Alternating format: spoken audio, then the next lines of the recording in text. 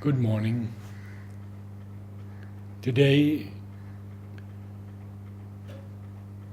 we read the second part in our series, Fine Poetry, of the poems of Matthew Arnold.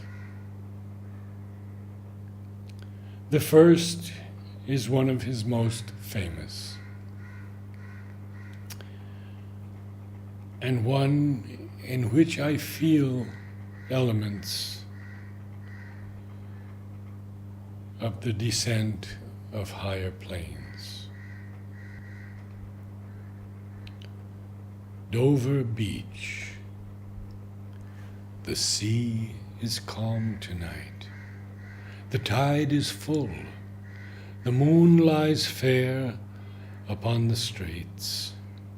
On the French coast the light gleams and is gone.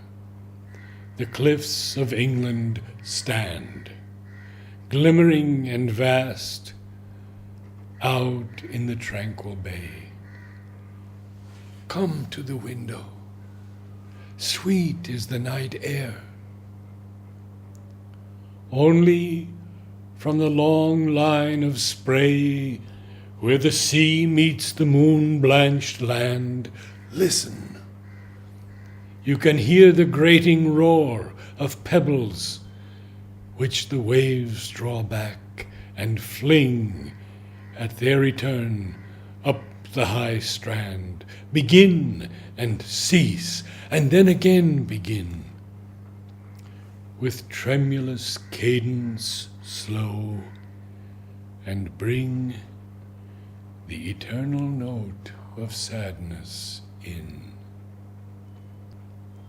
Sophocles, long ago, heard it on the Aegean, and it brought into his mind the turbid ebb and flow of human misery.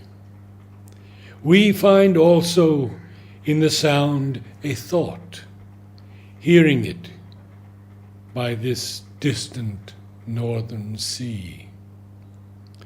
The sea of faith was once too at the full, and round earth's shore lay like the folds of a bright girdle furled.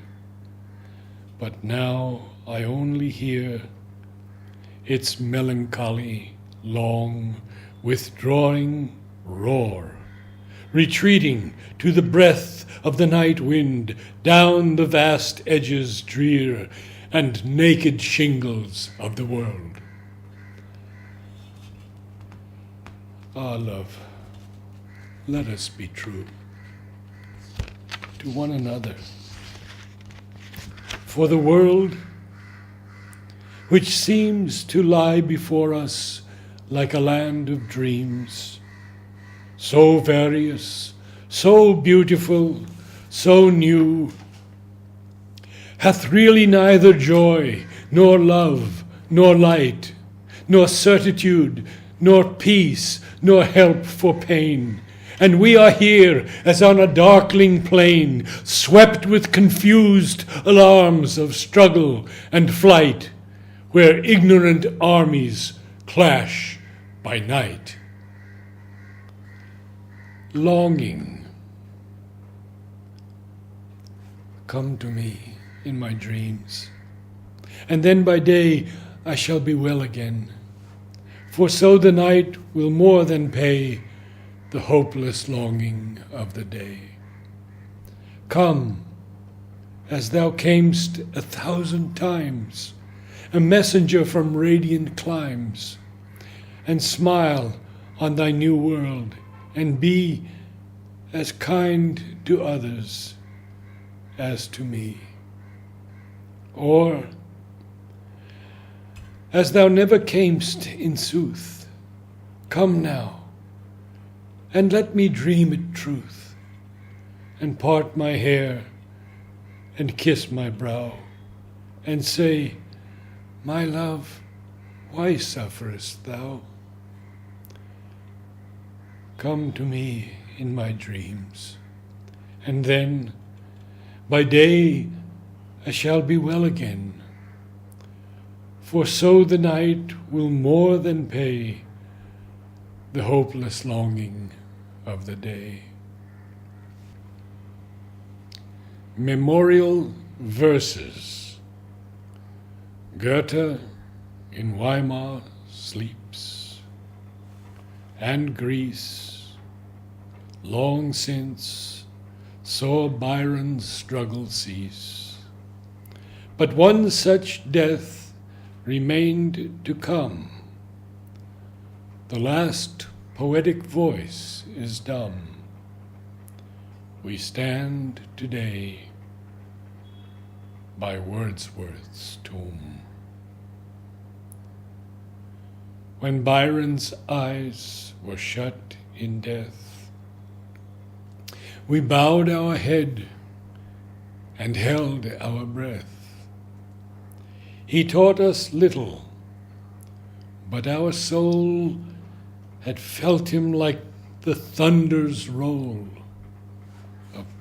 With shivering heart, the strife we saw of passion with eternal law. And yet, with reverential awe, we watched the fount of fiery life which served for that titanic strife.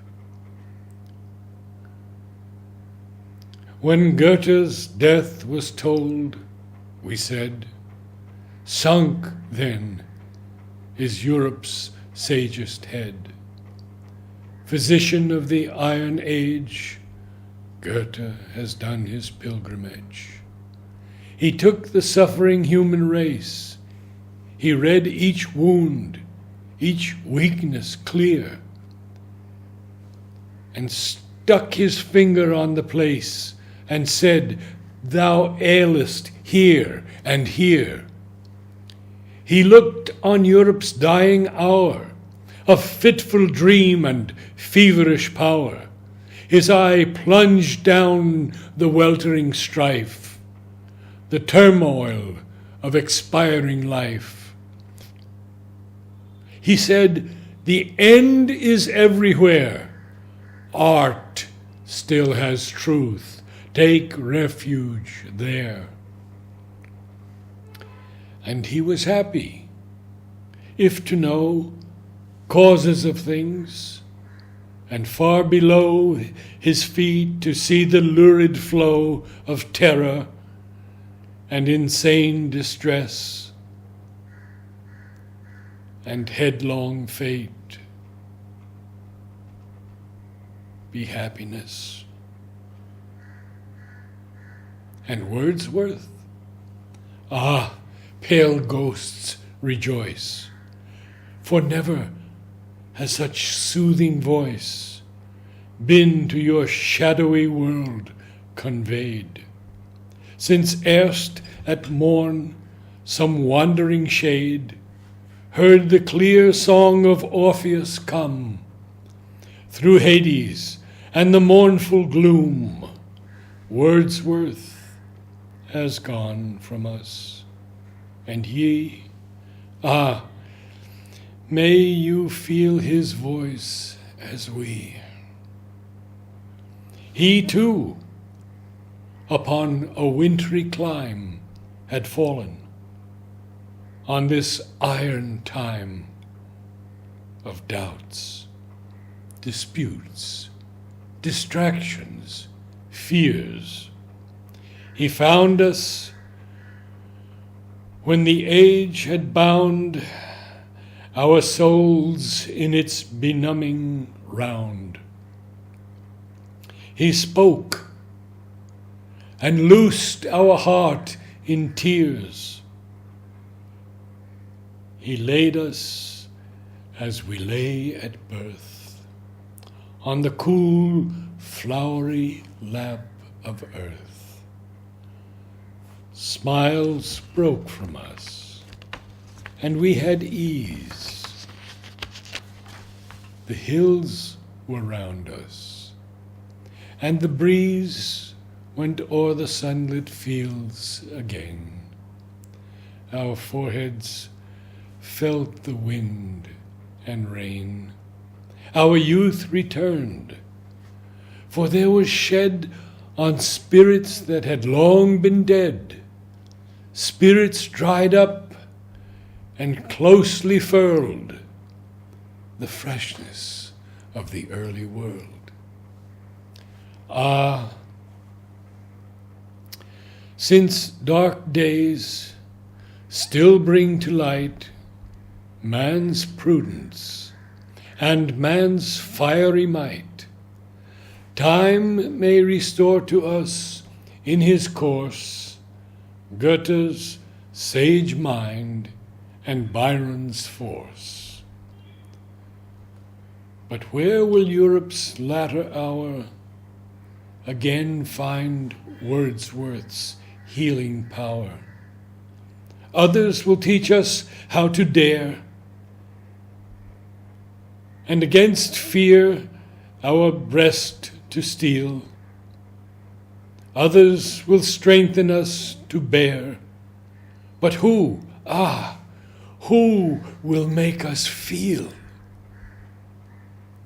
The cloud of mortal destiny, others will front it fearlessly. But who, like him, will put it by?